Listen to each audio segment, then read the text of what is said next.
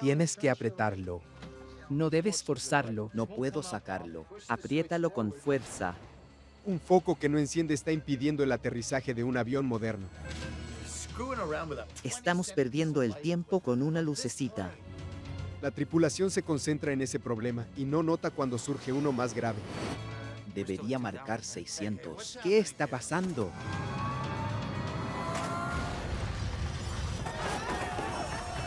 El avión se estrella en un pantano en medio de la nada. Y los sobrevivientes se enfrentan a una nueva amenaza, ya que las aguas que los rodean están llenas de combustible. ¡No enciendan fósforos! Fue un accidente clave para la aviación. Los investigadores están a punto de descubrir un peligro sorprendente que acecha en todas las cabinas de vuelo comerciales.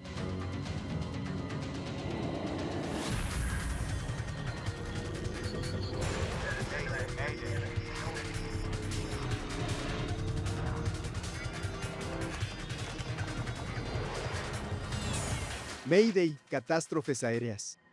La siguiente historia es real y está basada en informes oficiales y declaraciones de testigos. Distracción fatal es el 29 de diciembre de 1972 y los aviones grandes a reacción están en auge. Una aeronave L-1011 TriStar va en camino hacia Florida y se la considera el avión de pasajeros más avanzado del mundo. Era un modelo de avión realmente fascinante. Tenía una potencia increíble y una tecnología muy innovadora.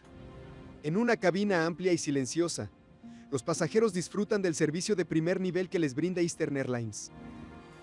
El capitán del vuelo 401 de Eastern Airlines es Bob Love, quien ha trabajado para la aerolínea durante más de 30 años. Lo acompaña Albert Stockstill en el rol de primer oficial, y como segundo oficial está Donald Ripo. El avión ha dejado atrás el frío intenso de Nueva York y se prepara para descender sobre Miami. Bienvenidos a Miami. Nos recibe una noche cálida muy agradable. Puedes bajar el tren.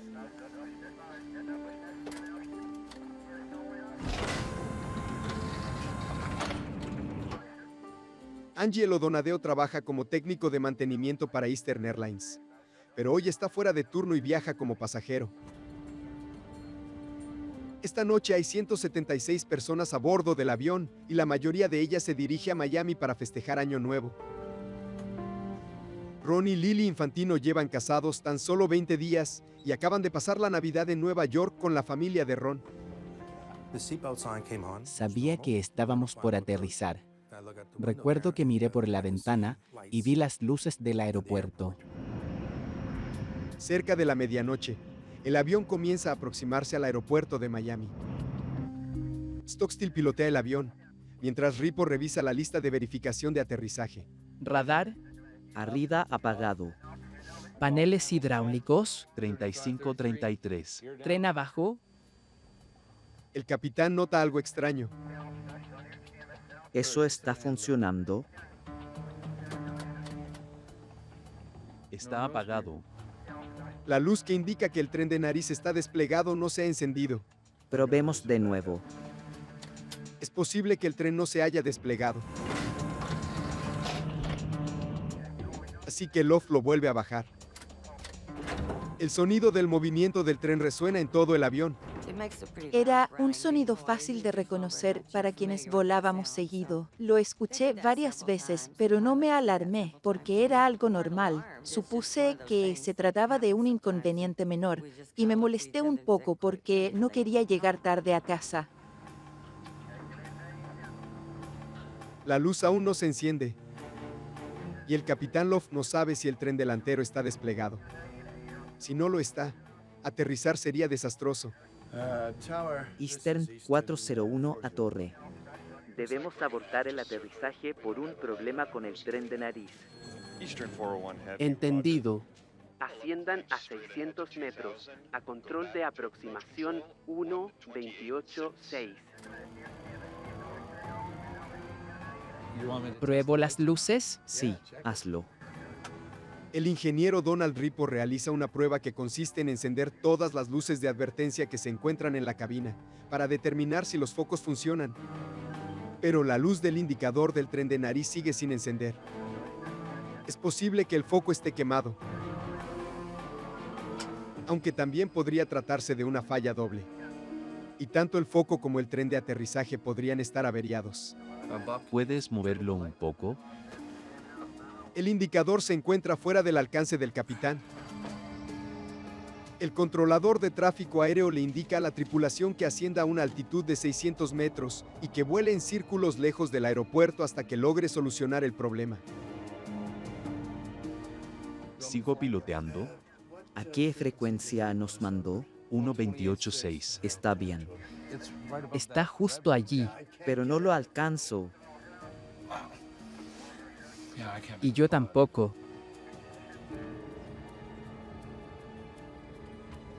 Mientras el avión se aleja de las luces de Miami en esta noche sin luna, se ve sumergida en una oscuridad absoluta.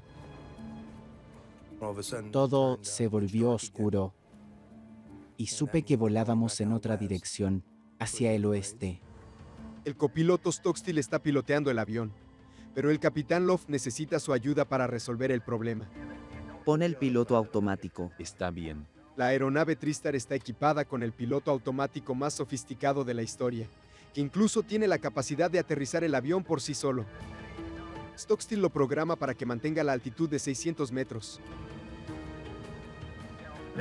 Intenta sacar el foco.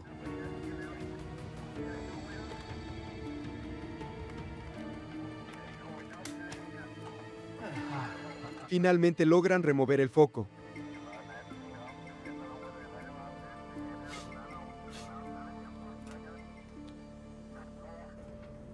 Richard Pragluski es un ingeniero especializado en aeronáutica. Suele tomar este vuelo con regularidad y enseguida nota que el avión está teniendo problemas técnicos. Me di cuenta de que algo andaba mal cuando noté que el avión había cambiado de dirección. El problema con el foco sigue empeorando y ahora Stockstill no logra volver a colocarlo en su lugar. Apriétalo con fuerza. Ah, mira eso, lo pusiste torcido. Giren a la izquierda a 300. ¿Entendido, Torre? Ve a fijarte si bajó ese maldito tren de aterrizaje. Una característica distintiva de los aviones de fuselaje ancho es que debajo de la cabina de vuelo se encuentra el compartimento del equipo electrónico, y desde allí se puede ver el tren de aterrizaje delantero. Necesito algo para agarrarlo mejor. Lo tienes que apretar ¿Tienes un pañuelo? y debes girarlo un poco. Fíjate si bajó. No puedo sacarlo. Lo podría agarrar mejor con unas pinzas. No debes forzarlo o lo romperás. Maldita sea. Baja de una vez y fíjate si se desplegó el tren de aterrizaje. Estamos perdiendo el tiempo con una lucecita baratísima. En este avión. La tripulación sigue intentando resolver el problema. Mientras tanto, Richard Pragluski observa por la ventanilla algo muy peculiar.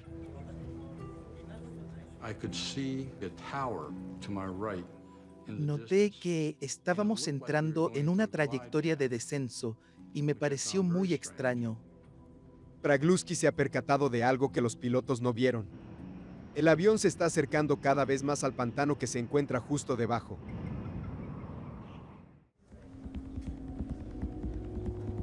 El vuelo 401 de Eastern Airlines sobrevuela los Everglades de Florida. Debajo del avión, se extiende la oscuridad del pantano. Y el pasajero Richard Pragluski se siente cada vez más inquieto. No nos anunciaron que íbamos a aterrizar, pero aún estábamos a una altura considerable, así que supuse que era cuestión de tiempo hasta que lo anunciaran y traté de mantener la calma. Lo pusiste mal. Está trabado. Es porque está torcido. Es como si se hubiera pegado. Siempre un problema nos termina retrasando. Sin la luz indicadora, la tripulación no sabe si el tren de aterrizaje bajó.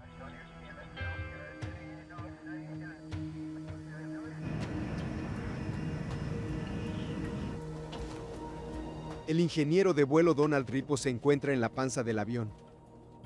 Allí hay una ventanilla, desde la cual se debería ver si las ruedas delanteras del tren se han desplegado. Rayos. Allí no se ve nada. ¿Qué? No se ve. ¿No se desplegó? No lo sé. Está oscuro y no se ve nada. ¿Prendieron las luces? ¿Cuáles? Las del pozo de las ruedas. El capitán Love se ha olvidado de encender las luces exteriores del avión que iluminan el tren de aterrizaje. Ve ahora.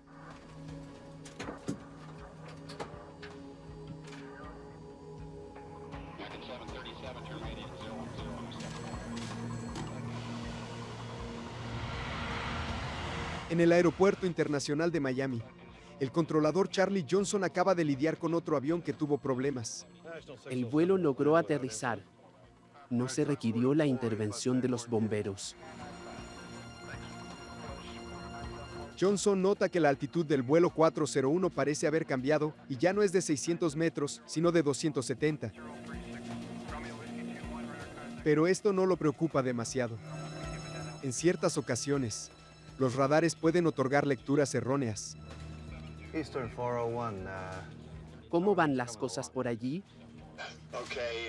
Bien. Ya estamos en condiciones de volver. El capitán cree que pronto confirmará que el tren de aterrizaje funciona y pide autorización para volver al aeropuerto. Giren hacia la izquierda a 180.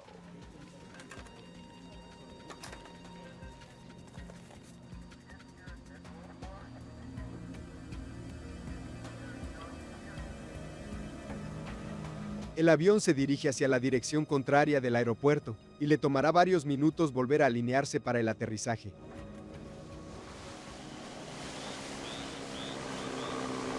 En el pantano de los Everglades, Robert Marquis está cazando ranas con un amigo. Y de repente escucha el rugido aturdidor del vuelo 401. Vi unas luces, pero todo estaba muy oscuro. Ni siquiera podía ver el horizonte, mucho menos la altura del avión. De repente, los pilotos notan algo alarmante. ¿Qué le pasó a la altitud? ¿Qué? Debería marcar 600. ¿Qué está pasando?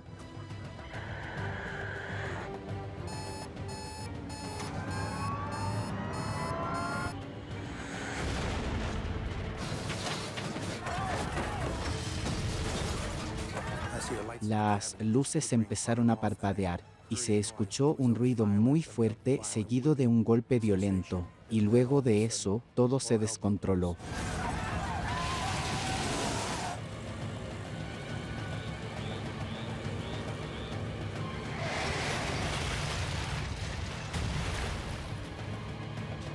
Charlie Johnson se da cuenta de que la altitud del vuelo 401 aparece como si estuviera al nivel del mar. Eastern 401. ¿Podrían confirmarme su altitud? La tripulación del vuelo 401 no responde. Pero otro avión le informa a la torre algo perturbador. Torre, aquí National 611. Solo quiero avisar que vimos un gran destello hacia el oeste.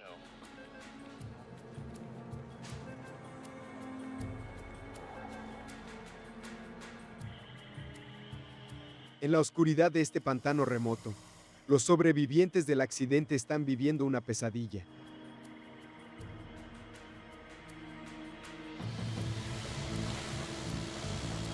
Robert Marquis se dirige con rapidez a la escena del accidente. Fui muy rápido. Creo que me tomó unos 15 minutos llegar al lugar.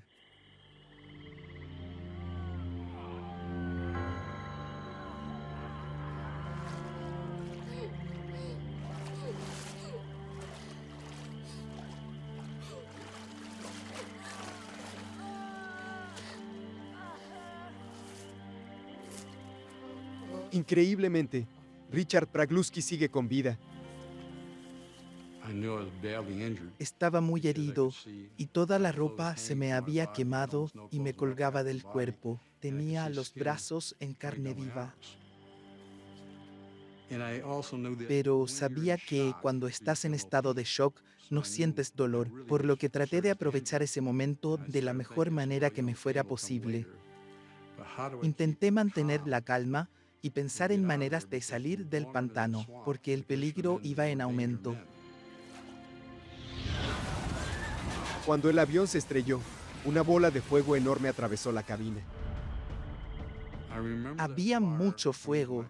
Vi un gran destello y recuerdo que intenté respirar, pero no podía, porque el fuego había consumido todo el oxígeno. Eso es lo último que recuerdo, hasta que me desperté en el pantano. Ron Infantino perdió el conocimiento cuando se produjo el accidente y lo recobra en medio del pantano. Salí despedido del avión y quedé alejado de los demás. Lily. Lily. Está herido de gravedad. Su reciente esposa Lily estaba sentada a su lado, pero ahora no la ve por ninguna parte.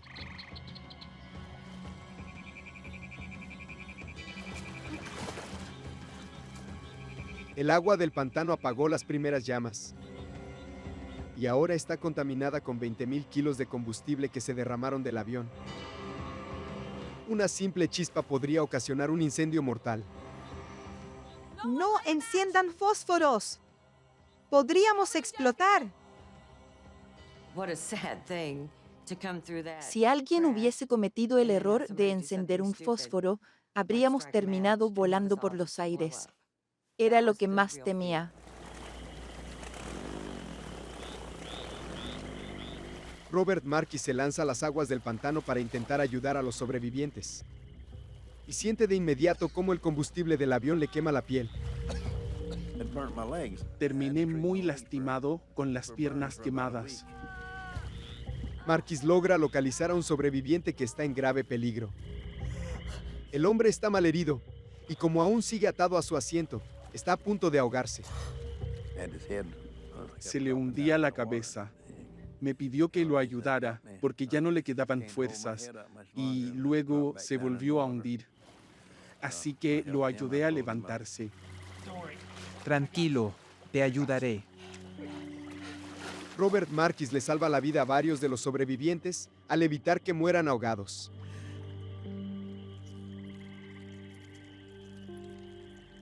Ron Infantino quedó aislado de los demás y no puede moverse. Y de repente se enfrenta a una amenaza nueva que pone en riesgo su vida. Luego de estar allí un rato, comencé a escuchar el ruido que hacían los cocodrilos y las serpientes en la maleza. Y no podía defenderme, así que si se me llegaban a acercar, era hombre muerto. De repente escuché villancicos.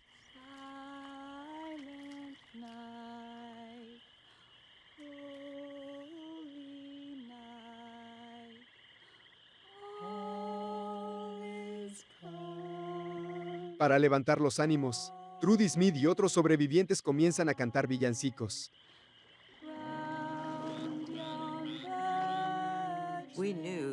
Todos sabíamos que los rescatistas iban a tardar. Les iba a costar encontrarnos.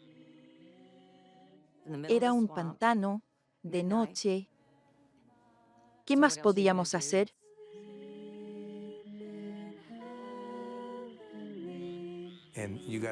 Las voces que cantaban se mezclaban con los sonidos de la naturaleza.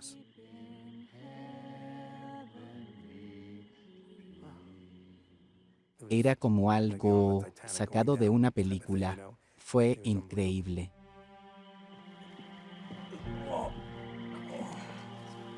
Los helicópteros de la Guardia Costera intentan de inmediato localizar la escena del accidente. Pero la noche es tan oscura que no logran encontrar los restos. Robert Marquis intenta llamarles la atención con señales de luz. Vi que se estaban alejando, así que agité la luz hasta que los vi girar hacia nosotros.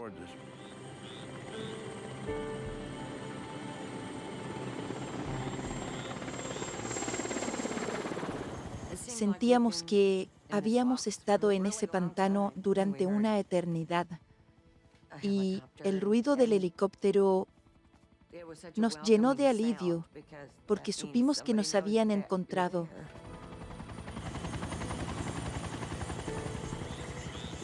Los rescatistas llegan a la escena menos de media hora después del accidente. pero el sitio de aterrizaje más cercano está a 100 metros. Marquis acude al encuentro del helicóptero y lleva a los rescatistas hacia donde están los restos. El primero en subir a la lancha es un rescatista llamado Don Schneck.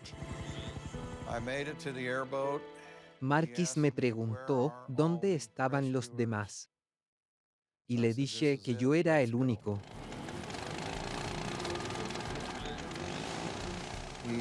Nos desplazamos en la lancha por el pantano hasta que, en un momento, Marquis frenó porque no quería atropellar a nadie. Me dijo que el lugar estaba plagado de cuerpos.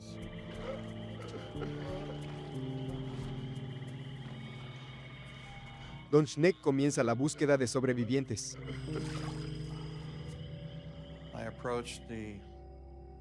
Me acerqué a un objeto contundente y noté que se trataba de la nariz del avión. Para su sorpresa, descubre que el capitán Bob Loft aún está con vida.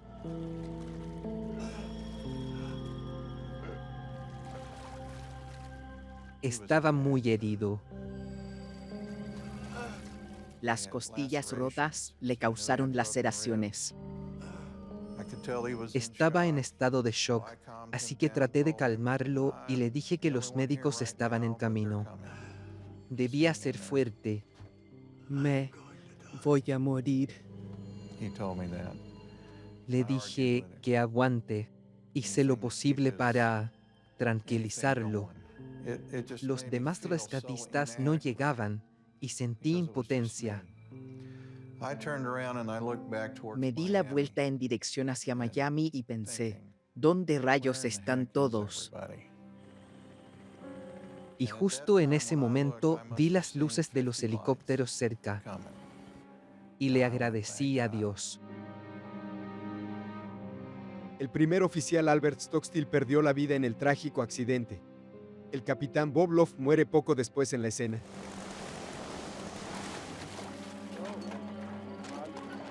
Angelo Donadeo y Donald Ripo han sobrevivido y se los transporta de inmediato al hospital.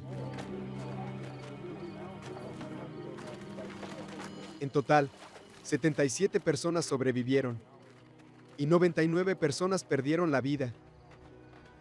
Al amanecer, todos los heridos ya han sido trasladados a hospitales de Miami. Ron Infantino es uno de los heridos de gravedad que luchan por sobrevivir. El sacerdote me dio la extrema unción, entonces supe que estaba muy grave.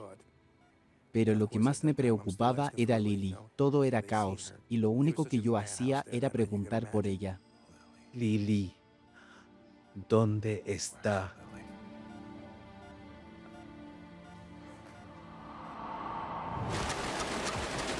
El accidente se convierte en noticia alrededor del mundo.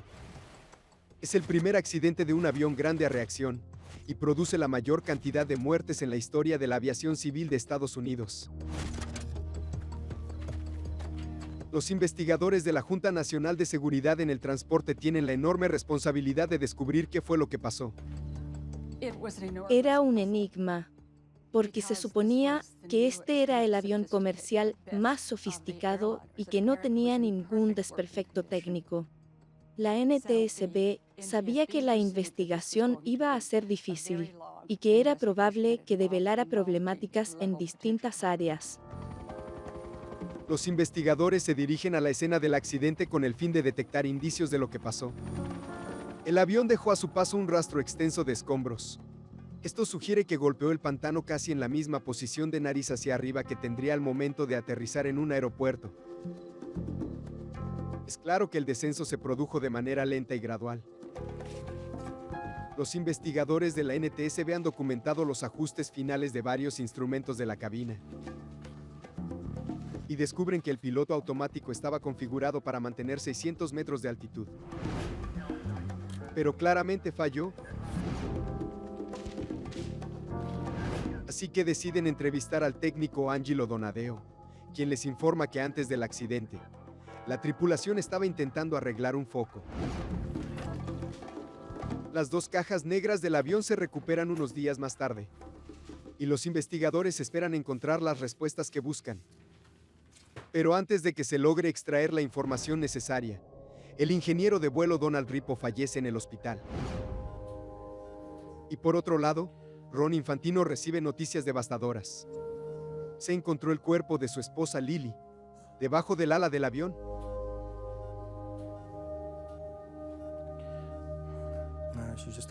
Lily era una mujer realmente maravillosa. Fue mi primer amor. A Infantino lo atormenta el recuerdo de haber cambiado de asiento con Lily justo antes del accidente. Ella se levantó para ir al baño y, cuando volvió, se intercambiaron los asientos. Ella se ahogó en el pantano y él sobrevivió. El pantano es para los sobrevivientes tanto una bendición como una maldición. Eso nos salvó la vida. El lodo del pantano absorbió la energía del impacto y eso hizo que las partes del avión se dispersaran. El agua del pantano es tan espesa que también ha ayudado a coagular las heridas de los sobrevivientes, evitando que muchos mueran desangrados.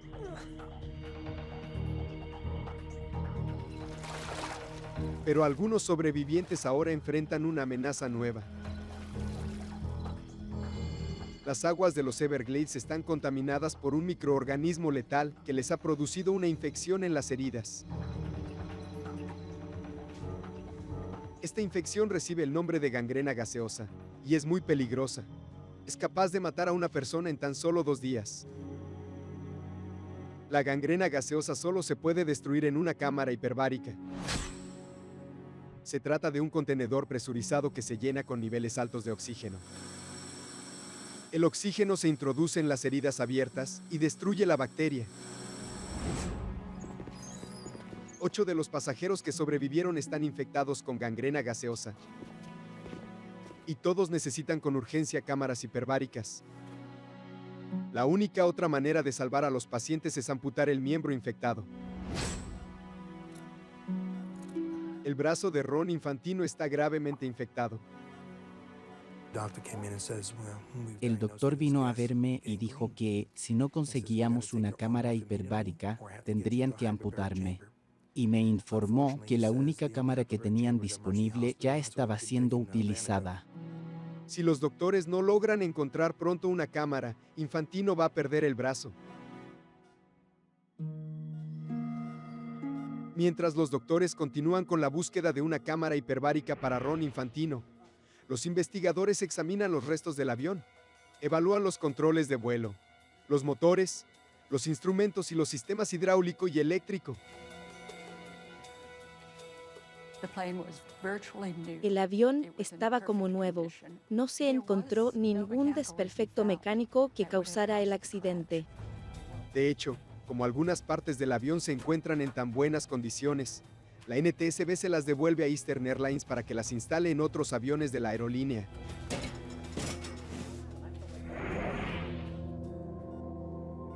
Finalmente, se logra encontrar en la ciudad de Panamá una cámara hiperbárica que está disponible para Ron Infantino.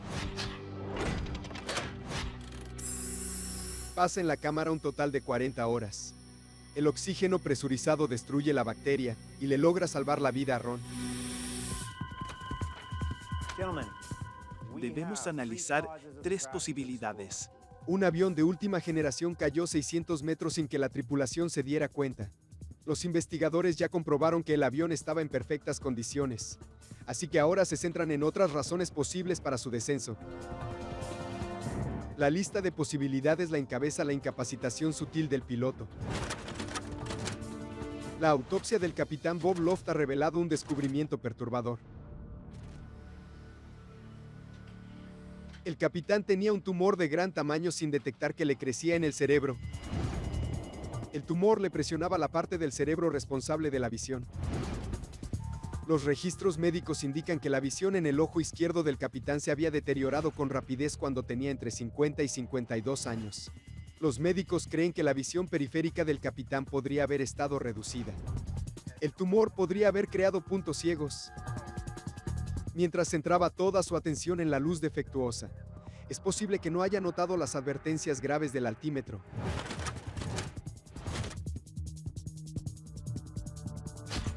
Los investigadores consideran esta posibilidad impactante.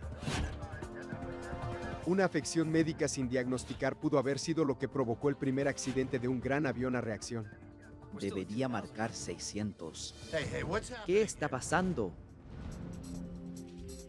Los investigadores recolectan información sobre el capitán Bob Loft. Entrevistan a las personas que lo conocían y examinan sus registros médicos. Según la gente que lo conocía, la visión del capitán era perfecta. Era un cazador experto y solía cazar palomas, que son un blanco muy pequeño. Los registros de Loft muestran que hace poco había pasado un examen médico en el que se le recetaron lentes correctivos. Pero esta evidencia no es suficiente para afirmar que tenía la visión gravemente afectada.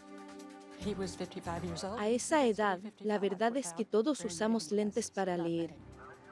El médico que realizó la autopsia me dijo que, si bien el tumor estaba presionando el área del cerebro que controla la visión, no había motivo para creer que ya la había empezado a afectar. Para él, no tenía relación con el accidente. Los investigadores aún no logran descubrir el motivo por el que el vuelo 401 comenzó a descender. Pon el piloto automático. Está bien. Es posible que el piloto automático no haya logrado mantener la altitud asignada debido a un desperfecto. Las computadoras del avión quedaron intactas y se procede a examinarlas. 11 días después del accidente, se instalan las computadoras del piloto automático en otro TriStar.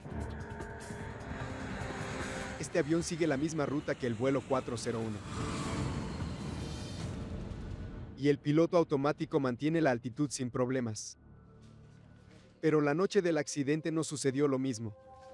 Los investigadores deberán explorar otras pistas para descubrir el motivo.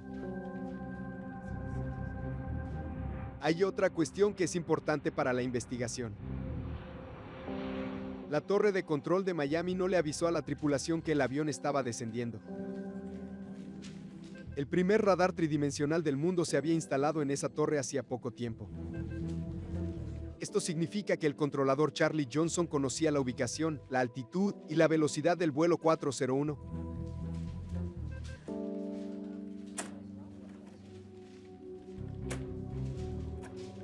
Hay una emergencia. Los investigadores analizan las grabaciones de la torre de control. Envíen a los bomberos. Y descubren que la noche del accidente, hubo otra aeronave que requirió gran parte de su atención. El vuelo 607 de National Airlines estaba a punto de aterrizar justo antes del vuelo 401. Y también estaba teniendo problemas con el tren de aterrizaje. Envíen a los bomberos a la pista 9 ya mismo. Para concentrarse mejor en la emergencia, Johnson le cedió el vuelo 401 a otro controlador. Pero mientras el vuelo 607 se preparaba para el aterrizaje de emergencia, el otro controlador lo llamó a Johnson para devolverle el vuelo 401. Eastern tiene problemas con el tren. Rayos. En ese momento el vuelo 401 ya estaba sobre el pantano. Johnson tenía que monitorear otros 5 aviones, además de lidiar con las consecuencias del aterrizaje de emergencia. El vuelo logró aterrizar sin problema. En ese momento observó que la altitud del vuelo 401 había bajado a 270 metros. En aquel entonces, los radares solían fallar seguido, y las fallas en la altitud eran muy comunes. En muchas ocasiones, el radar podía mostrar un reporte de altitud totalmente erróneo y extraño, pero unos minutos después volvía a mostrar el correcto. Sin embargo, el controlador no se quedó solo con eso. Charlie Johnson decidió contactarse con el vuelo 401. Eastern 401, ¿Cómo van las cosas por allí? Bien. Ya estamos en condiciones de volver. Eastern 401, turn left. Giren a la izquierda a 180. Luego de ese intercambio, Johnson asumió que todo estaba bien. Eastern 401, ¿Cómo van las cosas por allí? Bien. Los investigadores concluyen que el controlador Charlie Johnson era el único en ese momento que podía ver que el avión estaba perdiendo altitud. Y se preguntan por qué no le transmitió esa información a la tripulación. La respuesta está en las regulaciones de Estados Unidos para controladores aéreos. transmitir esa información no era parte del trabajo. Según la Administración Federal de Aviación, los controladores solo debían mantener a los aviones separados, pero no tenían la obligación de encargarse de que los aviones mantuvieran la altitud correcta. Ahora, los investigadores tratan de determinar por qué el sistema de alerta del avión no les avisó a los pilotos sobre el peligro inminente. La aeronave L-1011 está equipada con una alarma que suena si el avión se desvía 75 metros por encima o por debajo de la altitud que seleccionaron los pilotos. Al reproducir la grabación de la caja negra, los investigadores escuchan que la alarma comenzó a sonar cuando el avión descendió por debajo de los 230 metros. ¿No la escucharon? Los investigadores analizan la transcripción de las voces en la cabina para entender cómo se les pudo pasar por alto la alarma. Lo pusiste mal. Está trabado. Los investigadores notan que justo antes de que la alarma sonara para avisarle a la tripulación que el avión estaba volando demasiado bajo, ambos pilotos estaban absortos con la luz del tren de aterrizaje. Mientras tanto, el ingeniero de vuelo se encontraba en el compartimento del equipo electrónico, y el sonido de advertencia salió de un altavoz ubicado en su estación de trabajo. Los investigadores comienzan a darse cuenta de que los pilotos no pudieron escuchar una alarma audible a la perfección, por el simple hecho de que estaban íntegramente enfocados en resolver otro problema. La alarma se escuchaba con claridad en la grabación, pero no la registró nadie de la tripulación. No la ignoraban a propósito, sino que estaban demasiado enfocados en otro problema. Así funcionamos los humanos. Los investigadores creen que la distracción de la tripulación podría ser una causa probable del accidente. Varios de los instrumentos habrían mostrado la disminución en la altitud. Lo que llamaba la atención es que nadie estaba mirando el panel de instrumentos. Se trató de un error humano y había que investigar por qué los pilotos no le estaban prestando atención al avión cuando empezó a descender. Eso era algo que no se solía investigar. Los investigadores entrevistan a varios pilotos y descubren algo desconcertante. La mayoría de ellos admitió que confiaba mucho en el funcionamiento de los pilotos automáticos modernos. Y varios se han vuelto demasiado dependientes de la tecnología. Pon el piloto automático. Está bien. Los investigadores sospechan que la tripulación de Eastern Airlines confiaba tanto en el piloto automático que no monitoreó los instrumentos de la forma en que debería haberlo hecho. Intenta sacar el foco. Luego de activar el piloto automático, ninguno de los pilotos le prestó atención a la tarea de volar el avión. ¿Qué provocó el descenso?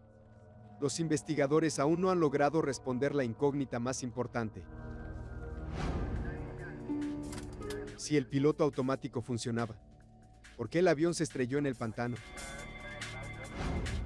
¿Qué le pasó a la altitud? ¿Qué?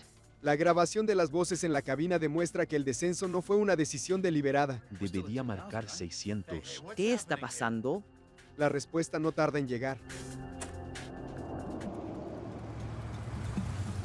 2 meses después del accidente, la Junta Nacional de Seguridad en el Transporte decide llevar a cabo una audiencia pública en Miami. Antes de la audiencia, un piloto de Eastern Airlines llamado Daniel Gellert se comunicó con el presidente de la NTSB para ofrecerse como testigo.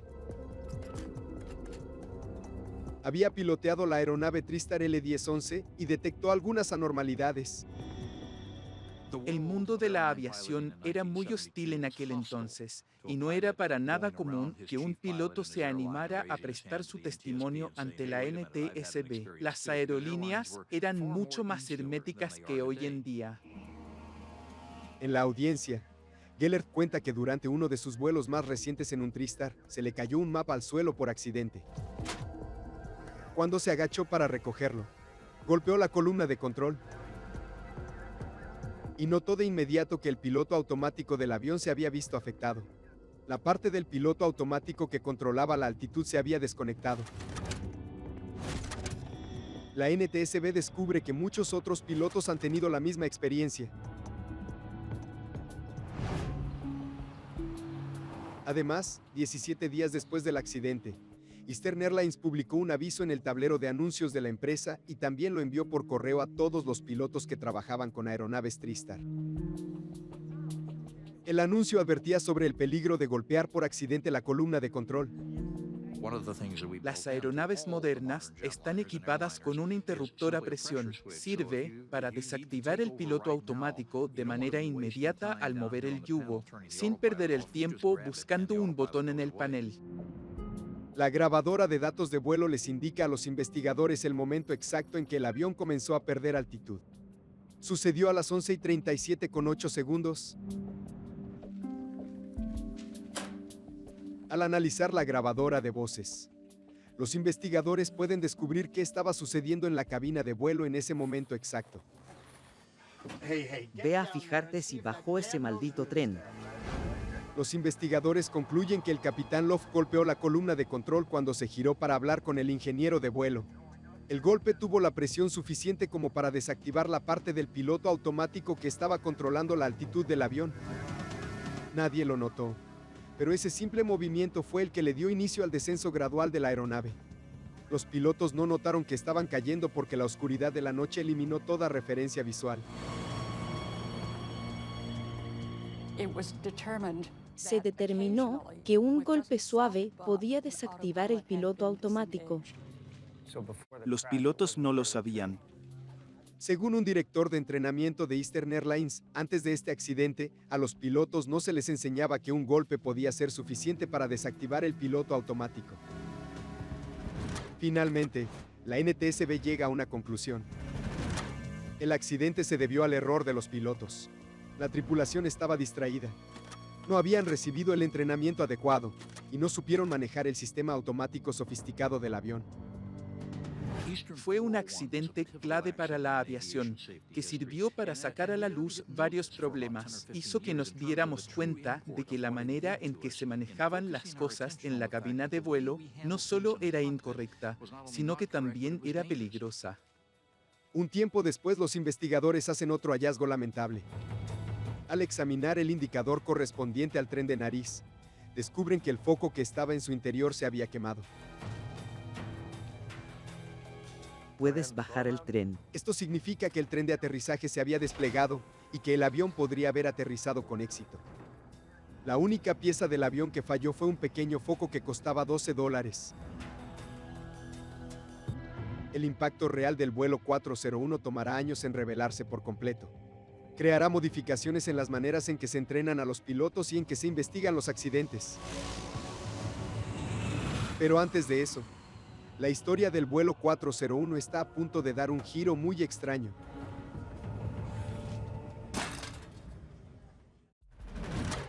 Para la Junta Nacional de Seguridad en el Transporte, la investigación del vuelo 401 de Eastern Airlines ya ha finalizado.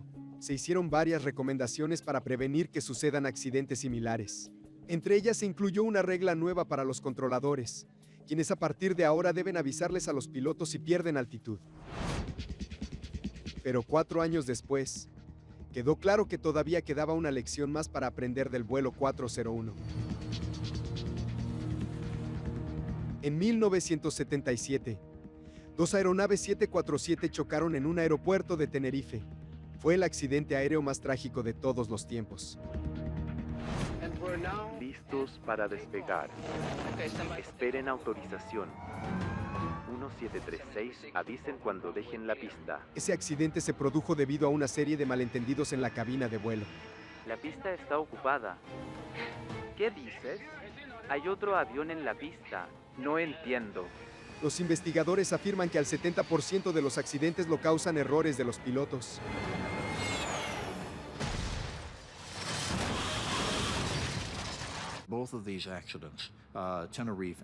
Estos accidentes nos demuestran que, por más experiencia que tenga un piloto, sigue siendo humano, y como todo ser humano, debe recordar que no está exento de cometer errores.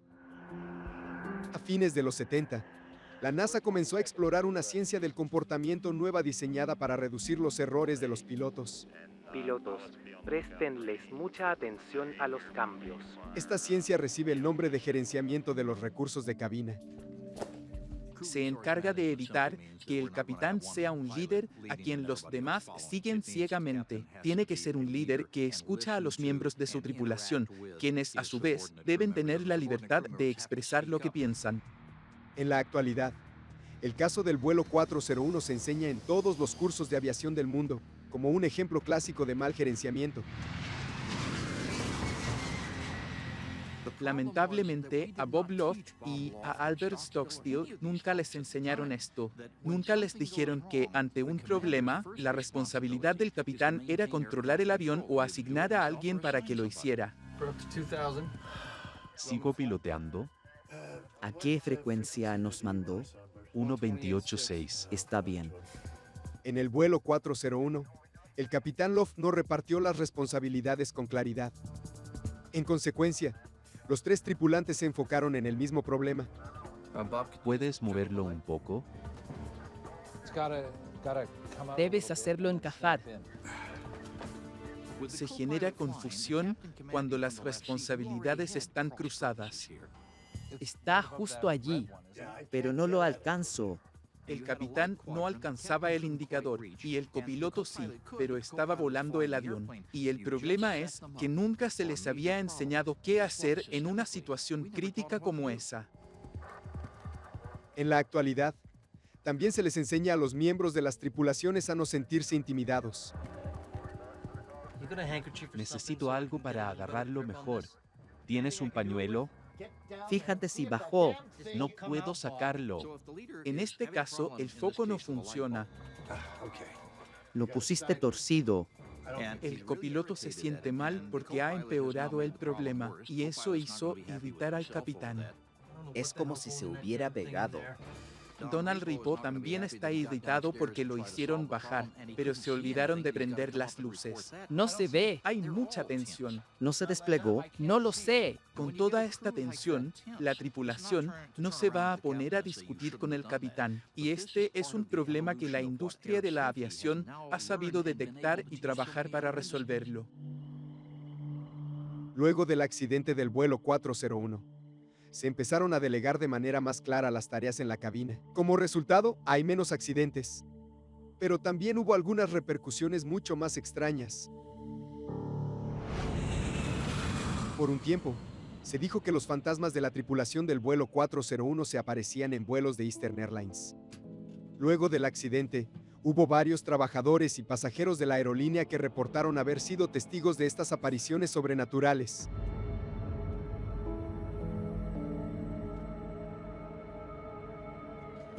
La mayoría de los casos se dieron en los aviones en donde se colocaron las partes recuperadas de los restos del accidente.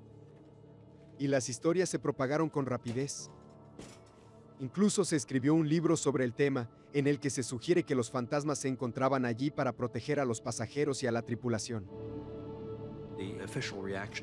Eastern Airlines asumió públicamente una postura de total escepticismo, pero en privado manifestaba preocupación. Llegó un momento en el que los reportes de apariciones eran tantos que la aerolínea decidió retirar las partes del vuelo 401 de todas las demás aeronaves. Los sobrevivientes del accidente no olvidarán jamás el horror que vivieron esa noche en los Everglades.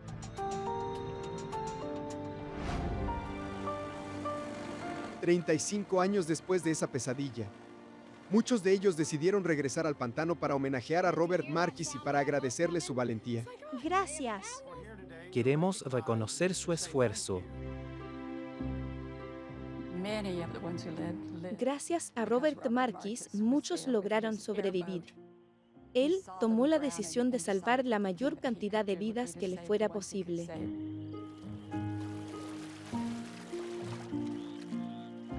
Lo que hizo esa noche fue muy valiente, y ojalá todos podamos actuar como él si alguna vez nos llegamos a enfrentar a una situación así. Fue uno de los héroes que nos dejó el accidente.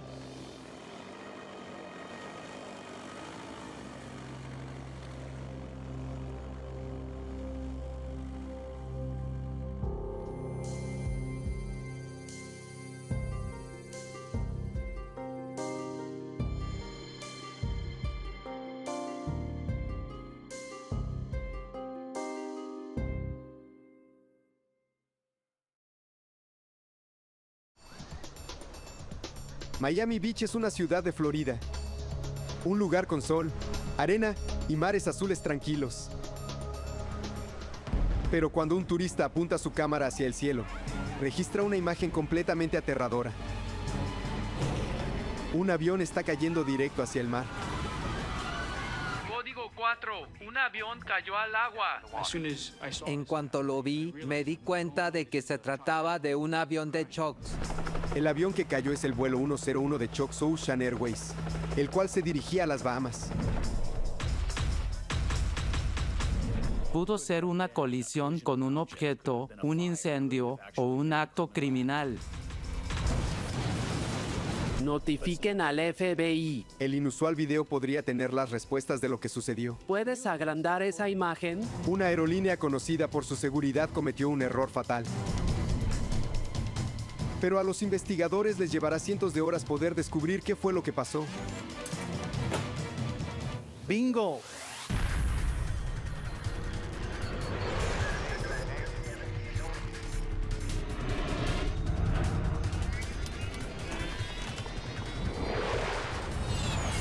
Investigación de accidentes aéreos. La siguiente historia es real y está basada en informes oficiales y declaraciones de testigos. Fisuras en el sistema. Este es el puerto de Miami y es el 19 de diciembre del año 2005. En este lugar es común ver cargueros de gran tamaño y cruceros oceánicos. Pero también hay otra embarcación mucho más pequeña que se ve a menudo en este puerto. Chocks Ocean Airways realiza vuelos en hidroaviones en este concurrido canal.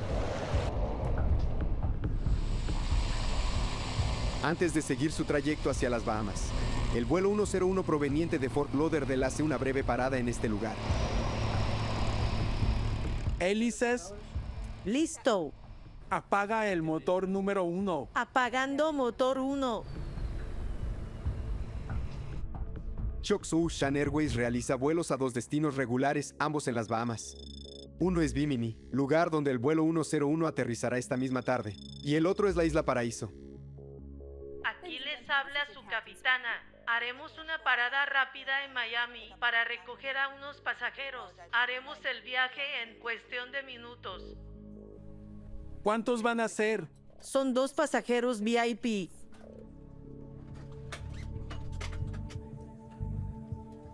Para una comunidad pequeña como Bimini, los hidroaviones de Chocks son indispensables. Era mucho más fácil y conveniente llegar al norte de Bimini en hidroavión que ir al aeropuerto. Bienvenidos. ¿Tarjetas de embarque? Claro. Sergio Danguile Cortes, ejecutivo de la compañía de bebidas Bacardí. Este hombre es el tataranieto del fundador de dicha compañía. Esta familia es muy conocida en la comunidad cubana local por su oposición al régimen de Fidel Castro. Él y su esposa se dirigen hacia las Bahamas para comprar un yate. ¿Todo listo para seguir? Todo listo. Bienvenidos al vuelo 101 de Chocks Ocean Airways con destino a Bimini. Llegaremos en unos 25 minutos. Que disfruten el vuelo. Revisemos la lista de verificación. Entendido. Michelle Marks es la persona que está a cargo del vuelo de hoy. Fue ascendida a capitana a principios de este año.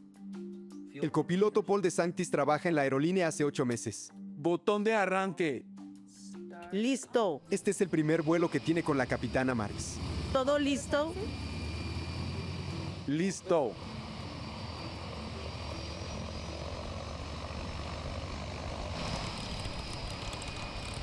El Grumman Mallard cuenta con un diseño bimotor turbohélice. Tiene un casco en forma de V y flotadores bajo las alas.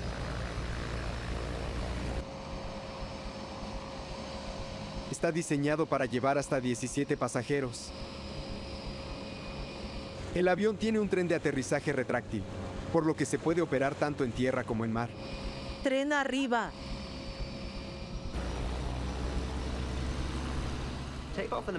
Despegar en un Mallard puede ser divertido o desafiante. Peso y equilibrio revisados. Listos. La base de hidroaviones que se encuentra en Miami no tiene torre de control. La tripulación debe vigilar el tráfico marítimo. ya que está navegando por uno de los puertos más concurridos del mundo. Despegar un avión desde este canal es como despegar durante la hora pico del tráfico, porque estás rodeado de barcos, olas y viento. Todos van a diferentes velocidades, por lo que es realmente complicado intentar arrancar y moverte entre ellos. El vuelo 101 despegará de la base X-44, una base de hidroaviones cerca de un canal conocido como Government Cat. Vamos a despegar. Copiado. Listos. Ambos pilotos tienen la mano en los aceleradores. Esto se hace para evitar que el capitán tire de la palanca hacia atrás y el avión golpea una ola. 45 nudos. 50 nudos.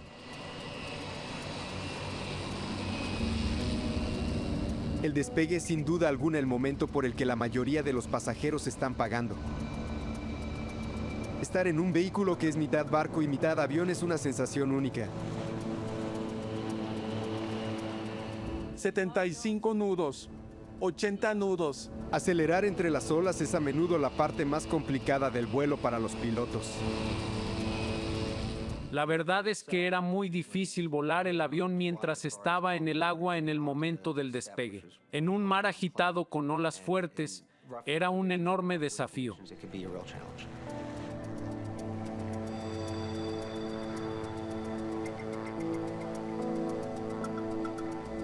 Pero el avión despega sin inconvenientes. El vuelo 101 dejó de ser un barco. En este momento es un avión que se dirige a Bimini. Son las 2:38 de la tarde.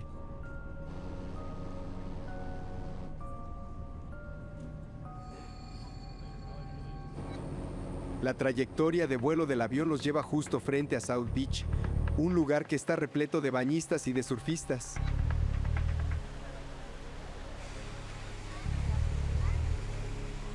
A poco menos de un minuto del despegue, el Grumman Mallard asciende a unos 150 metros, muy por debajo de las nubes.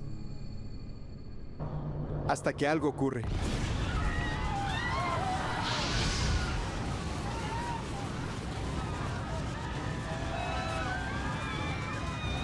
El avión gira de forma violenta y cae hacia el agua.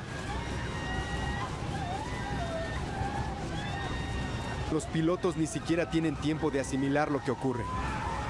Y todos sus esfuerzos son en vano.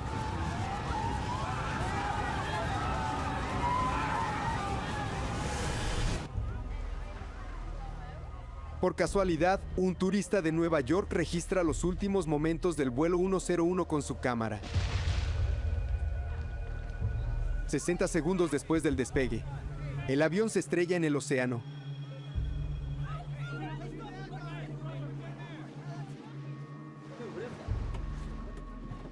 Lucas Bocanegra es un guardavidas que trabaja en South Beach, cerca de la vía marítima de Choc's Ocean Airways. En cuanto lo vi, me di cuenta de que se trataba de un avión de Choc's. Código 4, un avión cayó al agua. Iremos en la moto de agua. Lucas y su compañero son los dos primeros rescatistas en ir a buscar el avión.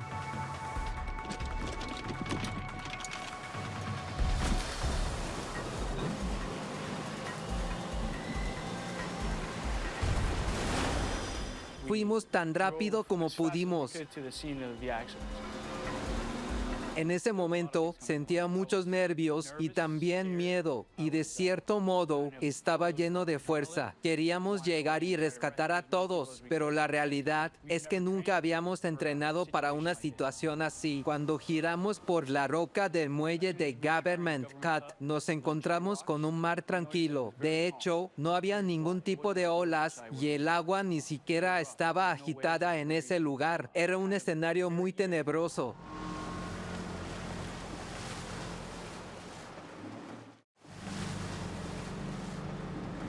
Al principio, Lucas Bocanegra no encuentra ningún rastro del vuelo 101, ni tampoco de los pasajeros.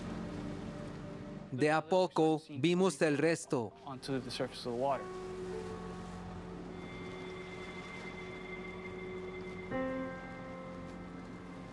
Vimos asientos, maletas y de repente vimos un cuerpo en el agua. En cuanto colocamos el cuerpo en nuestra moto de agua, nos dimos cuenta por sus heridas de que no había nada que pudiéramos hacer. Solo quedaba recuperar los cuerpos para llevárselos a sus familias.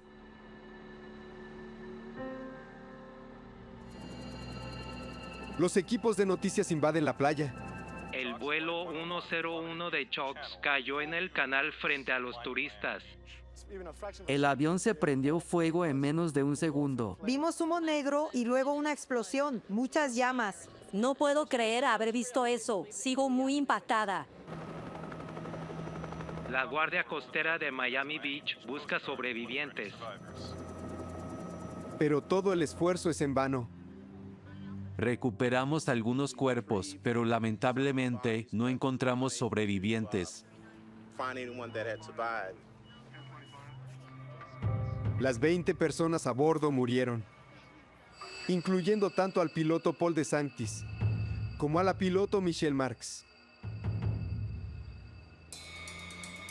Los habitantes de Bimini están devastados por las terribles noticias. Estaba desolado por la tripulación y los amigos que perdí. Nunca esperas que ocurra un accidente. Y ver lo que pasó por televisión. Fue algo muy triste. El caso es asignado a Bill English, investigador experimentado de la Junta Nacional de Seguridad en el Transporte. Estaba en mi oficina haciendo trámites y el director asomó la cabeza por la esquina. Me dijo que había ocurrido un accidente que involucraba un avión Grumman Mallard. De inmediato supe que era un vuelo de Chox. A las pocas horas, los investigadores ya están en el lugar del accidente, donde se han recuperado 19 cuerpos. Todavía falta encontrar uno. Como piloto calificado para hidroaviones, conocía sobre Chox Airways. Era la aerolínea en funcionamiento continuo más antigua. Chox Airways tiene una historia larga y notable. La aerolínea fue fundada en 1917. Durante la ley seca, las listas de pasajeros incluían a infames contrabandistas de ron y luego a estrellas de cine de Hollywood. Los aviones de Chox incluso buscaron submarinos alemanes durante la Segunda Guerra Mundial.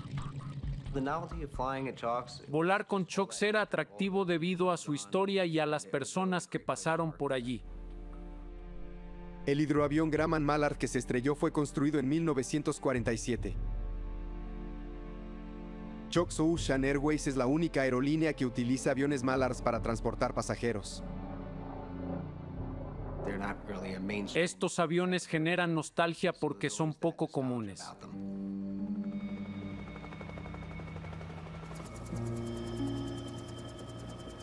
Cuando se encuentra la caja negra del avión, los investigadores la envían a la Junta Nacional de Seguridad en el Transporte.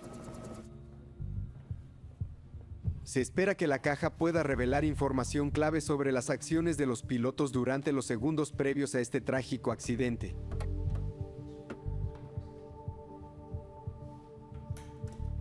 El registrador de datos de vuelo y la grabadora de voces de cabina son cruciales en una investigación, ya que nos brindan mucha información.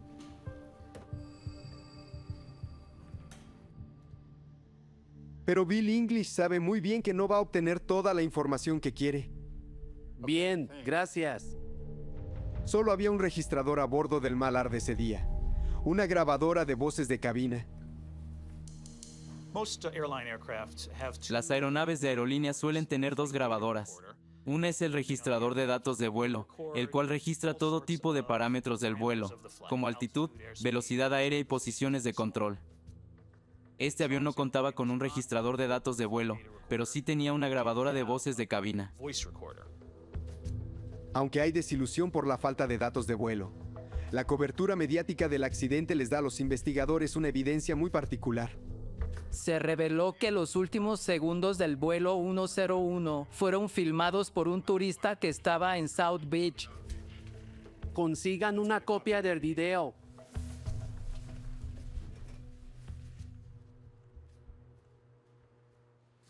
Veámoslo.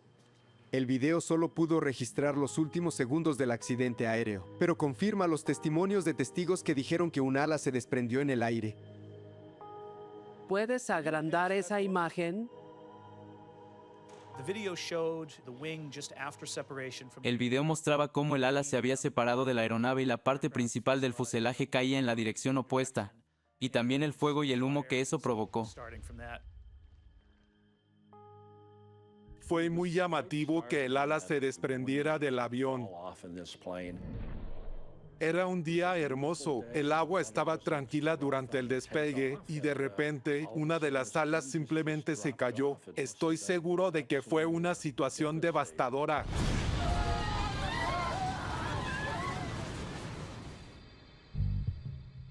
Por desgracia, el video no muestra por qué se desprendió el ala. Las respuestas a esa pregunta podrían estar en el lugar del accidente, donde los equipos de rescate terminan de recuperar los restos del vuelo 101. El ala derecha se encuentra separada del avión, pero está casi intacta. Que las alas de un avión se desprendan es una situación extremadamente rara en la actualidad. La realidad es que esto pasó muy pocas veces en los últimos 20 o 30 años. En Washington, ya se está realizando otro tipo de investigación. La cinta de la grabadora de voces de cabina se analiza en el laboratorio de la Junta Nacional de Seguridad en el Transporte. Como su nombre indica, esta registra las voces de los pilotos, hablando entre sí o en los micrófonos.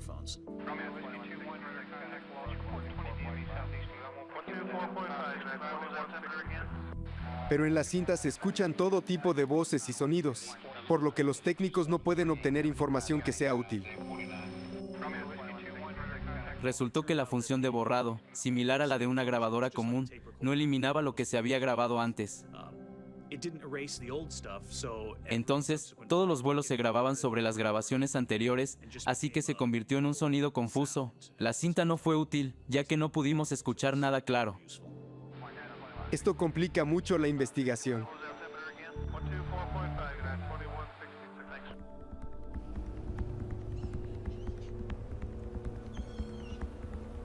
No estamos logrando ningún avance. Los investigadores tienen cada vez menos herramientas con las que trabajar.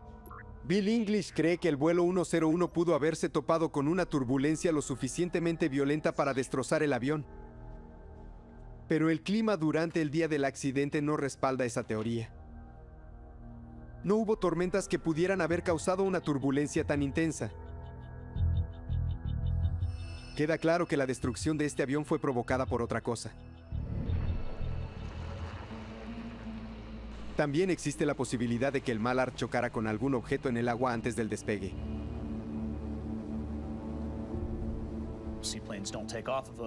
Los hidroaviones están en el agua, donde puede haber troncos u otros escombros, que pueden causarles problemas estructurales.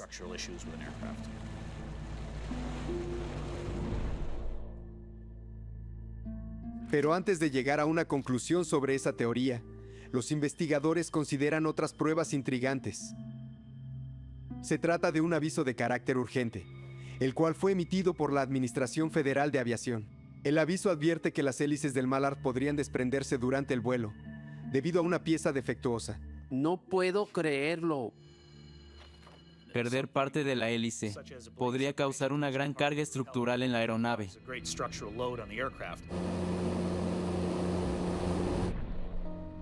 Ahora Bill English tiene una pista sólida, pero su equipo aún no posee la evidencia necesaria para probar su teoría.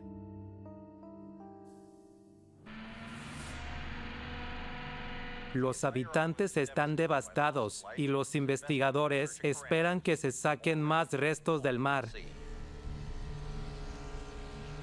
Luego del accidente, Choctaw Ocean Airways toma la decisión de suspender el resto de su flota de 4 hidroaviones Grumman Mallards.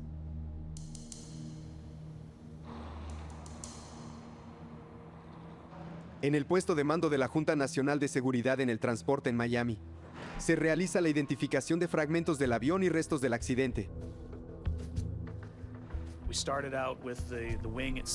Comenzamos con el larguero del ala que se separó, el cual es la parte principal de su estructura, y con las demás superficies de fractura. Buscábamos factores evidentes de iniciación. Las hélices se examinan con sumo cuidado para buscar pruebas que confirmen las sospechas planteadas por el aviso de la Administración Federal de Aviación. Pero es otro callejón sin salida. Todas las aspas estaban bien sujetas, y la curvatura que vimos tenía el patrón de un funcionamiento correcto cuando golpearon el agua. Se ven obligados a comenzar de cero una vez más. Quiero que revises esto. Los investigadores ponen toda su atención en el ala fracturada. Descubren hollín en algunas partes de ella. Es evidencia de un incendio que se propagó rápido. Queríamos descubrir la razón por la que el ala se había desprendido. Pudo ser una colisión con un objeto, un incendio o un acto criminal. Las marcas de quemaduras sugieren una posibilidad siniestra. Pudo haberse tratado de la explosión de una bomba.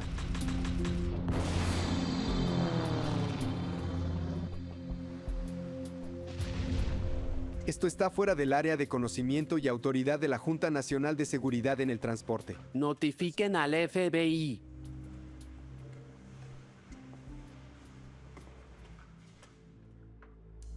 El FBI nos ayuda en muchas de nuestras investigaciones y usamos a algunos de sus expertos para descartar terrorismo o un acto criminal. Si una bomba fue lo que derribó el vuelo 101, es posible que alguien haya querido asesinar a uno de los 18 pasajeros. Gracias por venir a ayudarnos. De nada. Sin duda alguna, el nombre que más se destaca en la lista de pasajeros es el de Sergio Danguilecourt. Bienvenidos. ¿Tarjetas de embarque? Claro. Ciertos rumores en internet indican que el accidente fue en realidad un plan de asesinato y que Danguilecourt era el objetivo. Su familia hizo una fortuna en Cuba antes de la llegada de Castro al poder. Según se comenta, estaban tan opuestos al régimen de Fidel Castro que habían apoyado intentos clandestinos de derrocar su gobierno comunista. Ten tu copia. Bien. Quiero enseñarte algo. No sabemos si es hollín o residuos de explosivo. Una bomba siempre deja rastros químicos y también patrones característicos en el metal desgarrado. Y los técnicos del FBI están entrenados para detectarlos.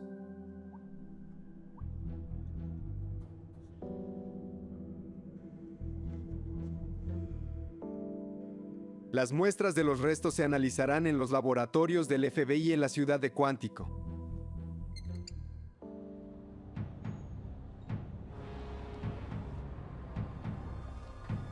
Cuatro días después del accidente, los equipos de rescate siguen trayendo fragmentos del ala encontrados donde cayó el avión.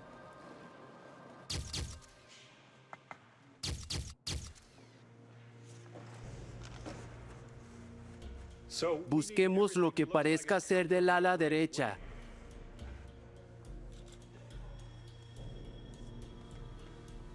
Necesito más luz aquí.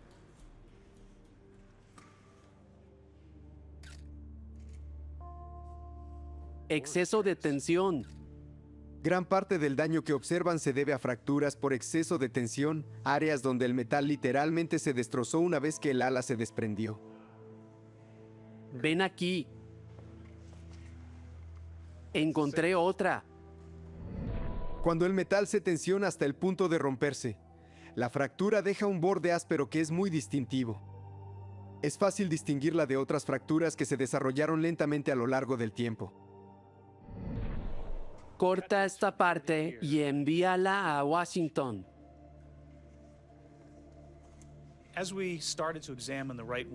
Analizamos el larguero derecho y otros componentes en la estación de la Guardia Costera y en la base de hidroaviones, pero solo eran análisis visuales. No teníamos el equipo de laboratorio avanzado que había en la sede. Se identifican partes para enviar al laboratorio en Washington, donde se espera que una inspección minuciosa pueda demostrar qué fue realmente lo que le pasó al ala. Hola, Clint. Te mandaremos todas las partes del ala que tenemos. De acuerdo. Sigo esperando ese informe. Los resultados de la prueba de explosivos del FBI llegaron. Esto te gustará. ¿En serio? Sí. Una bomba para asesinar a uno de los pasajeros podría explicarlo todo.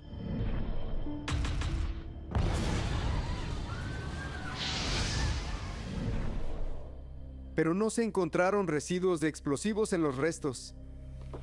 Bien, teoría descartada.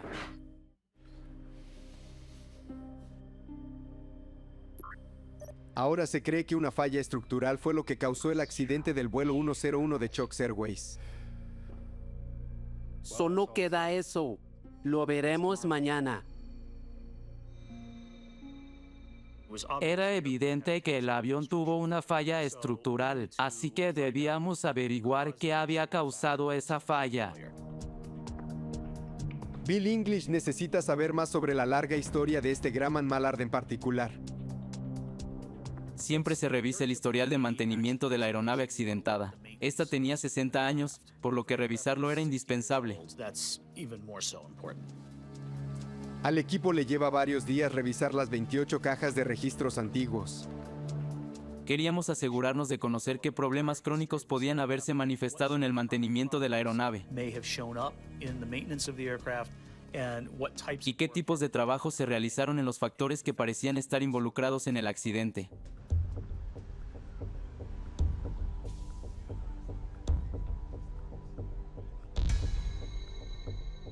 Clint Cruikshanks es un investigador de estructuras de la Junta Nacional de Seguridad en el Transporte.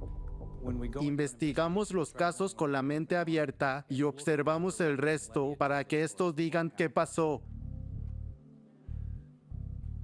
Queríamos examinar cada pieza que se rompió del ala derecha para determinar si fue una falla vinculada con la antigüedad del avión o si fue algo causado por una sobrecarga estructural. Al igual que muchas aeronaves, las alas del Mallard están hechas de aleación de aluminio. Los largueros se extienden a lo largo de cada ala. Entre los largueros hay larguerillos, los cuales brindan soporte extra. Estas partes forman lo que se conoce como el cajón del ala, que también sirve como tanque de combustible. El revestimiento cubre toda esa estructura con el fin de darle una forma aerodinámica y fina al ala. Estas partes trabajan juntas para soportar las cargas de vuelo que el ala está diseñada para llevar. Si una parte se compromete, la capacidad de soportar cargas normales de vuelo se compromete. Gracias. El cajón del ala se había reparado muchas veces a lo largo de los años. Los mecánicos de Chox Airways habían reparado áreas dañadas por corrosión, lo cual es bastante común para una aeronave antigua, especialmente un hidroavión. Al aterrizar en agua, sus cargas de despegue y aterrizaje son distintas a las de otros aviones. Además, los efectos del agua afectan esos aviones con mucha más rapidez. Pero cuando los investigadores revisan el resto de la flota de Chox Airways, descubren que los Mallards están en peor estado de lo que imaginaron. Reparaciones de corrosión. Corrosión, corrosión, corrosión, corrosión y más reparaciones de corrosión. Son muchas. El avión accidentado y los otros aviones de la flota de Chox tenían demasiados problemas de mantenimiento. Estaba más que claro que el mantenimiento de todos sus aviones era de pésima calidad. Mucho de lo que vimos mostraban una mano de obra de muy mala calidad. Había perforaciones de agujeros dobles e incluso triples, un excesivo lijado para eliminar la corrosión y muchas marcas en el material. Todo esto formaba parte de las reparaciones estructurales que se hicieron al avión durante los últimos años. La atención de Cruikshanks está puesta en una sección de la parte inferior del ala derecha. En la superficie del revestimiento del ala se encuentra un parche de metal. Esta pieza es una lámina de metal que actúa como transferencia de carga. Actúa como un revestimiento extra para cubrir fisuras. Es como el parche que le ponen a los jeans. Es una reparación enorme. ¿No tenemos información sobre esto? No. Este es un descubrimiento alarmante. Esta pieza de metal está ubicada justo donde el ala se desprendió del resto del avión. Cuando examina más de cerca esta sección del ala, Cruikshank se da cuenta de que los bordes son suaves y también brillantes. Estos son muy diferentes a los bordes ásperos que ha visto en otros restos. Veamos qué hay debajo. Esta fisura no se debe a exceso de tensión. Lo que Cruikshank sospecha es que se desarrolló durante muchos años como resultado de fatiga del metal. La fatiga del metal es un proceso por el cual cualquier pieza de metal se somete repetidamente a cargas y a descargas. Es como doblar un clip de papel hacia adelante y hacia atrás. Obviamente, luego de un tiempo, se termina rompiendo. La fatiga del metal en las alas es causada por la tensión del vuelo durante la vida útil de la aeronave. El ala de esta aeronave se carga cuando despega. Esa es la fuerza que eleva el avión. Y, cuando aterriza, el ala se descarga, por lo que ya no hay más tensión en la estructura del ala. Por eso digo que es como doblar un clip de papel. Ahora Cruikshank está ansioso por descubrir qué hay debajo de la pieza de metal.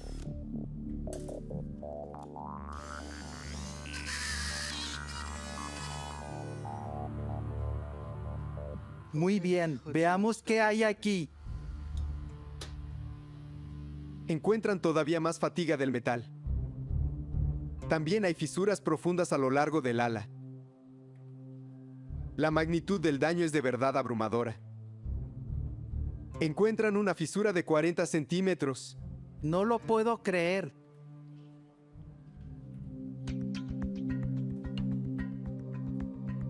Siguiendo con la investigación, Cruikshank hace otro descubrimiento inquietante.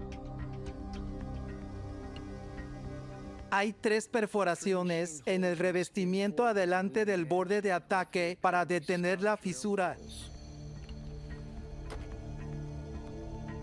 Estas perforaciones indican que los mecánicos de Chocks intentaron evitar que la fisura se expandiera más. Algunos años antes, un mecánico había visto la fisura en la parte inferior del ala.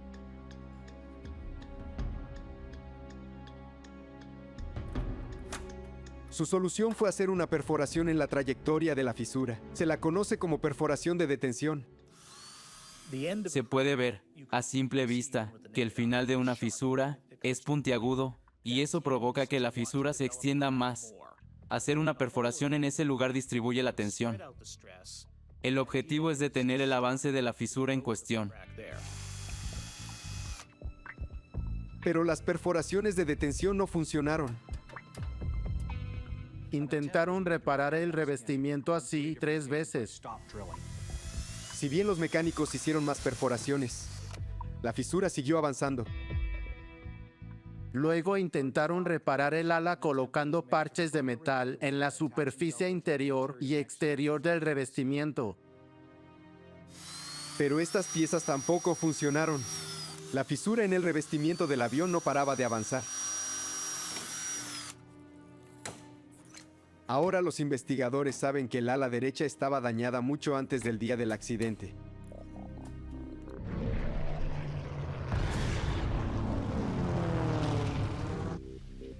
Lo que no entienden es por qué no se pudo detener el avance de esta fisura. ¿Lo aprobaron? Pero encuentran una posible respuesta al saber que el avión estaba enviando señales de advertencia de un problema todavía más profundo y grave. Durante muchos años el avión accidentado mostró fugas crónicas de combustible. Según el registro, las fugas de combustible del ala derecha fueron reparadas en repetidas ocasiones, pero estas seguían ocurriendo. El equipo comenzó a notar fugas de combustible durante las operaciones estándar y queríamos que la gerencia le prestara atención a esto. Solo 2 días antes del accidente, esto sucedió de nuevo. Mientras realizaba el mantenimiento de rutina en el Mallard, un mecánico vio combustible goteando del ala derecha. Siempre resolvían esto resellando los tanques de combustible, pero parecía ser un problema recurrente. El procedimiento para tapar una fuga era aplicar un sellador químico en el interior del tanque de combustible vacío. El sellador tardaba alrededor de un día en secarse, y luego de esto el avión podía ser reabastecido para volver a volar. Las fugas deberían haber sido una pista de que la fisura en el revestimiento del ala era solo la punta del iceberg. Existía un problema mucho más peligroso relacionado con la estructura interior del ala. Las fugas de combustible en esta aeronave en particular indican un problema con la estructura del ala. Grumman incluso emitió un boletín de servicio en 1963 que advertía que las fugas de combustible crónicas indicaban un problema estructural.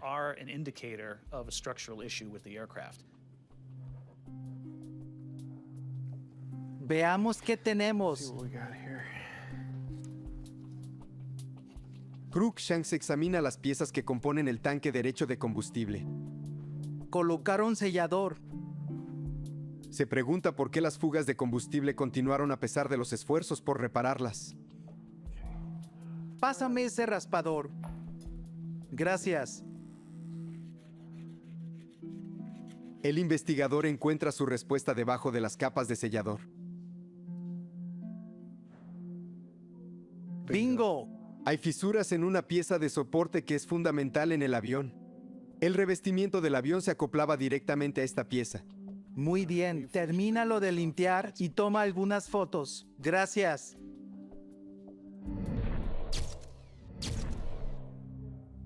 Cruikshanks encuentra pruebas de que los mecánicos de Chocks intentaron reparar esta pieza de soporte. Parece que lijaron esta pieza para eliminar una fisura por fatiga. Pero ellos nunca regresaron a inspeccionar esa zona. Lo único que hicieron los mecánicos fue aplicarle un sellador químico para hacerla hermética. Y en el proceso, ocultaron el daño que tenía. Intentaron reparar el avión perforando las fisuras del revestimiento y poniéndoles piezas de metal encima. Pero la raíz del problema era la pieza de soporte. Y no pudieron resolver el problema porque esa pieza estaba cubierta de sellador. El daño en la pieza de soporte terminó debilitando toda el ala. Con cada despegue y aterrizaje, el revestimiento del avión absorbía todas las fuerzas. Y con el tiempo el revestimiento también empezó a presentar fisuras.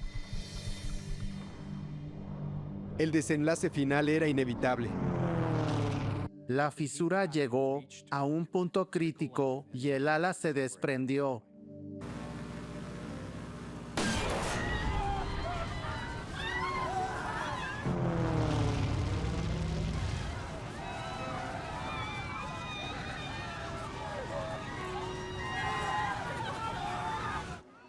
Los investigadores determinan que una fisura oculta en un componente clave del ala derecha fue lo que causó el devastador accidente del vuelo 101.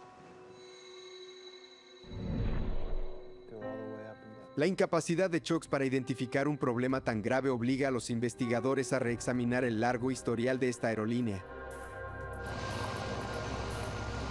Chocks Ocean Airways tenía la reputación de ser una de las aerolíneas más seguras de todo el mundo. A pesar de la antigüedad que tenía su flota, la aerolínea tuvo un muy destacado historial de seguridad durante casi 90 años. Jamás habían perdido un pasajero en toda su historia. La realidad es que era una empresa antigua y muy consolidada. Sin embargo, considero que el manejo y la calidad del trabajo que hacían decayó bastante durante los últimos años. ¿Qué sabemos sobre el estado financiero de la empresa? Los investigadores empiezan a sospechar que la reputación de seguridad de la empresa pudo haberse deteriorado en los últimos años debido a problemas de dinero. Cuando una aerolínea pequeña presenta problemas financieros, el despido de empleados casi siempre es lo primero que ocurre. Una búsqueda en el historial financiero de Chocks revela algunos problemas. En los años 80, Chocks tuvo varios dueños antes de entrar en quiebra en el año 1999. La aerolínea logró salvarse gracias a un empresario de Miami, pero seguía perdiendo dinero. Unos pocos meses antes del accidente, el último intento de vender la empresa no prosperó. No les iba tan bien. Había dificultades económicas les bajaron el sueldo a los pilotos, les quitaron concesiones a los capitanes y redujeron el personal. No solo los empleados sintieron la crisis de la empresa. Les costaba mucho encontrar repuestos y hacer reparaciones. Chokes tenía varias aeronaves que no podían volar y las desmantelaban para obtener repuestos. Se construyeron 50 o 55 aviones y el fabricante original, la empresa Grumman, ya había dejado de fabricar ese modelo de aviones y ya no suministraba repuestos. Tanto la crisis de la aerolínea como la escasez de repuestos fueron factores que tuvieron un impacto directo en la seguridad. Hay muchas reglamentaciones y también mucha necesidad de que el avión vuele. Por eso es difícil bajar el costo del mantenimiento sin afectar la fiabilidad del avión. Si no hay fiabilidad, la reputación de la empresa se desmorona. Sin importar cuán ajustadas eran las finanzas, como aerolínea comercial, Chokes debería haber sido vigilada de cerca por la Administración Federal de Aviación. La Administración Federal de Aviación sí asignó a un inspector para que trabajara de cerca con Chokes. El inspector, conocido como inspector principal de mantenimiento, era responsable de supervisar el mantenimiento llevado a cabo por Chokes. El inspector estaba al tanto de que este avión tenía fugas crónicas de combustible. Pero de forma inexplicable, aprobó los documentos que le permitían a la aeronave volar, tan solo 2 meses antes del accidente.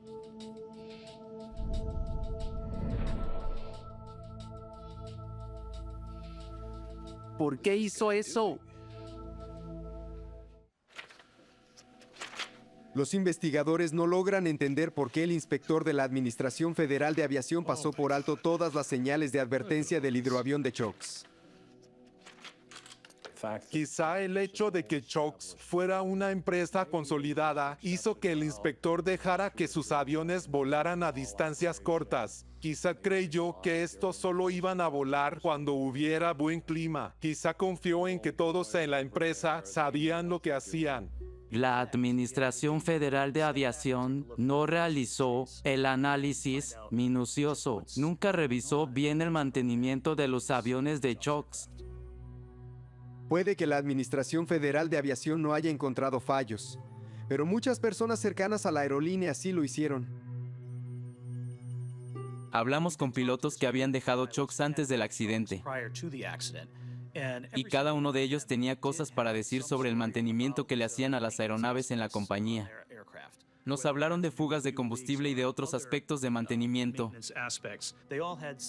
La verdad es que a todos les preocupaba el cuidado que Chokes les daba a estos aviones antiguos.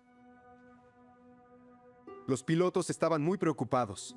Por eso en el año previo al accidente muchos de ellos decidieron reunirse para hablar sobre el pobre mantenimiento que tenían los aviones. Los capitanes nos reunimos y discutimos los problemas que teníamos para luego hacérselos saber a la empresa. Por ejemplo, recuerdo que una vez un cable del elevador se rompió en pleno vuelo. Por suerte, la tripulación logró aterrizar configurando la potencia y moviendo a las personas. Pero en la mayoría de los casos, eso habría sido un accidente. En la aviación, siempre se habla de cadenas de errores. Si se juntan varios errores, es cuestión de tiempo para que ocurra un accidente. Desde mi punto de vista, siempre pensé que algo grave podía suceder si la empresa seguía por el mismo camino. El capitán Weber decidió que ya había visto suficientes situaciones de peligro. Decidí renunciar debido a todas las cosas que habían pasado durante los últimos meses. Había tantos problemas mecánicos que tuve 300 fallos de motor ese año. Y en ese momento mi esposa estaba embarazada. Creo que ya no confiaba en la empresa ni tampoco en sus aviones, así que decidí que lo mejor era irme. El informe de la Junta Nacional de Seguridad en el Transporte sobre el vuelo 101 critica a la Administración Federal de Aviación por no detectar los problemas financieros y de mantenimiento en Chokes. Si el programa de mantenimiento o la Administración Federal de Aviación hubieran dicho que las aeronaves necesitaban más que una solución rápida, probablemente este accidente jamás habría ocurrido.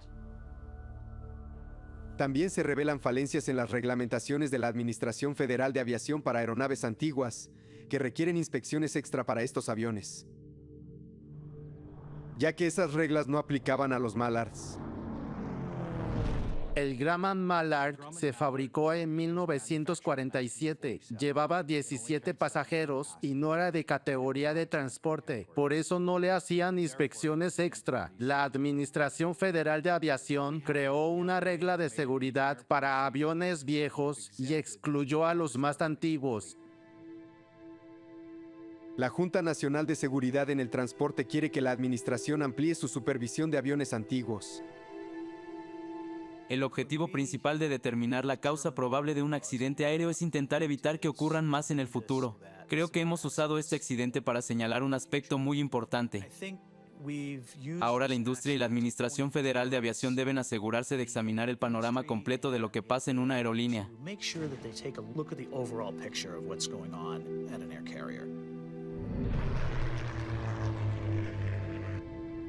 El accidente del vuelo 101 marcó el fin de Choctaw Ocean Airways.